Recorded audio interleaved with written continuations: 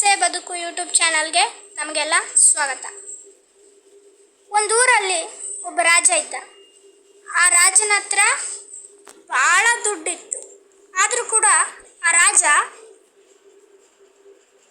ರಾಜನಿಗೆ ದುರಾಸೆ ಇತ್ತು, ತುಂಬ ದುರಾಸೆ ಇತ್ತು. ಒಂದಿನ ಅವನು ದೇವ್ರ ಕೋಣೆಗೆ ಹೋಗ್ತಾನೆ. ಆ ದೇವ್ರ ಹತ್ರ ಅವನು ವರ ಕೇಳ್ತಾನೆ.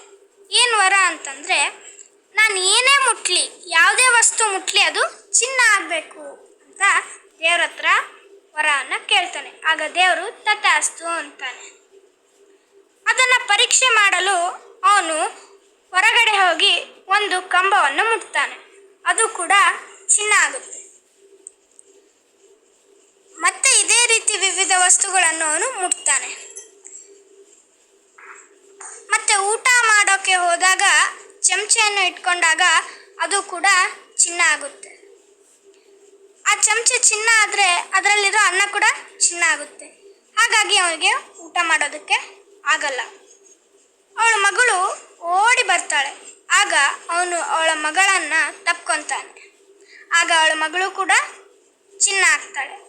ಆಗ ಅವನು ಮತ್ತೆ ದೇವ್ರ ಕೋಣೆಗೆ ಹೋಗಿ, ದೇವರೇ, ಈ ವರವನ್ನು ವಾಪಸ್ ತೆಗೆದುಕೋ, ನನ್ನ ತಪ್ಪು ನನಗೆ ಅರಿವಾಗಿದೆ ಎನ್ನುತ್ತಾನೆ.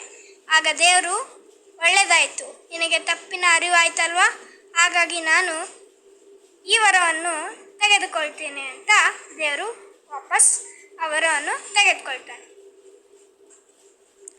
ಅದಕ್ಕೆ ಹಿರಿಯರು ಹೇಳಿದ್ದು, ಸಾಕು ಎಂದವನೇ ಸಿರಿವಂತ, ಬೇಕು ಎಂದವನೇ ಬಡವ. ದುರಾಸೆಯು ಜೀವನದ ವೈಫಲ್ಯಕ್ಕೆ, ಅಸಂತೋಷಕ್ಕೆ ಕಾರಣ.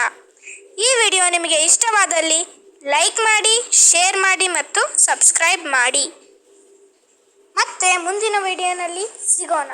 ಅಲ್ಲಿವರೆಗೂ ಧನ್ಯವಾದಗಳು.